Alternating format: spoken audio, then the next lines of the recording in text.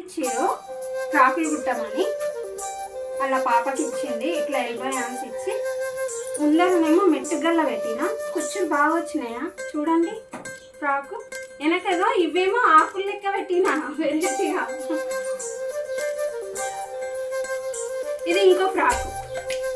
ఇట్లా మధ్యలో డోరీస్ ఇచ్చిన. ఇట్లా ఈ డోరీస్